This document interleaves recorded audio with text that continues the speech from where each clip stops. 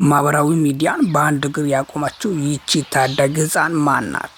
የየት ሀገር ተወላጅ ናት? እንዴትስ ወደ ሚዲያ ልትመጣ ቻለች? ይህን አጠቃላይ መረጃ በዚህ ቪዲዮ የምንዳስስ ይሆናል። አብራችሁን ቆዩ። ሰላም ውድ ቻናላችን ቤተሰቦች፣ ለዚህ ቻናል አዲስ የሆናችሁ ወቅታዊ አዳዲስ መረጃዎችን ለማግኘት ሰብስክራይብ አድርጉ። በዛሬው ቪዲዮ የምናወራው በቅርብ ቀናት በማህበራዊ ሚዲያ በሚሊዮኖች ተወዳጅነትን ያተረፈችው በተፈጥሮ ውበቷ የብዙዎችን ቀልብ ስለማረከችው ወጣት ኤልሳቤጥ ደስታ ነው። በአንድ ፎቶግራፊ ብቻ አንድ ሰው ህይወቱ ሊቀየር ይችላል ወይ? ጥያቄው ለእናንተ ነው። የኤልሳቤጥ ታሪክ ይህ እውነት ሊሆን እንደሚችል እያሳየን ነው። ቪዲዮውን እስከ መጨረሻ ተመልከቱ። የዚህን አስደናቂ ታሪክ ዝርዝር እናያለን። ኤልሳቤጥ ደስታ ከከምባታ ዞን ከአደሮ አካባቢ የመጣች ወጣት ናት። በአንድ ቀን ፎቶግራፍ አንሺው ምስክር ከበደ ያነሳት ምስል በማህበራዊ ሚዲያ ተሰራጭቶ በአጭር ጊዜ ውስጥ በብዙ ሰዎች ትኩረት መሳብ ችሏል።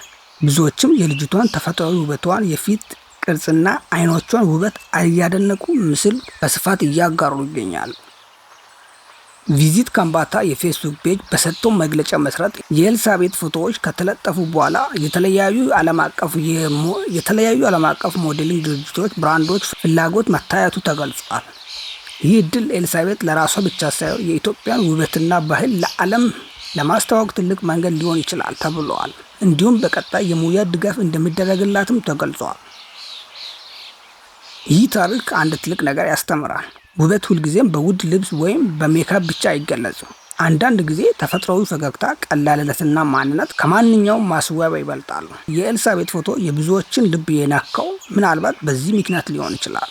በኢትዮጵያ በተለያዩ አካባቢዎች እንዲህ ያሉ ተፈጥሯዊ ውበቶች አሉ። ከኢትዮጵያ በብዙ አካባቢ እንዲህ ያሉ ተሰጥኦዎችና ውበቶች አሉ፣ ነገር ግን የሚታዩበት እድል አላገኙም። ስለዚህ ይህ ታሪክ ለሌሎች ተስፋ የሚሰጥ ሊሆን ይችላል። በአሁኑ ጊዜ በማህበራዊ ሚዲያ ላይ ስለ ኤልሳቤጥ የሚወሩ ብዙ ነገሮች አሉ።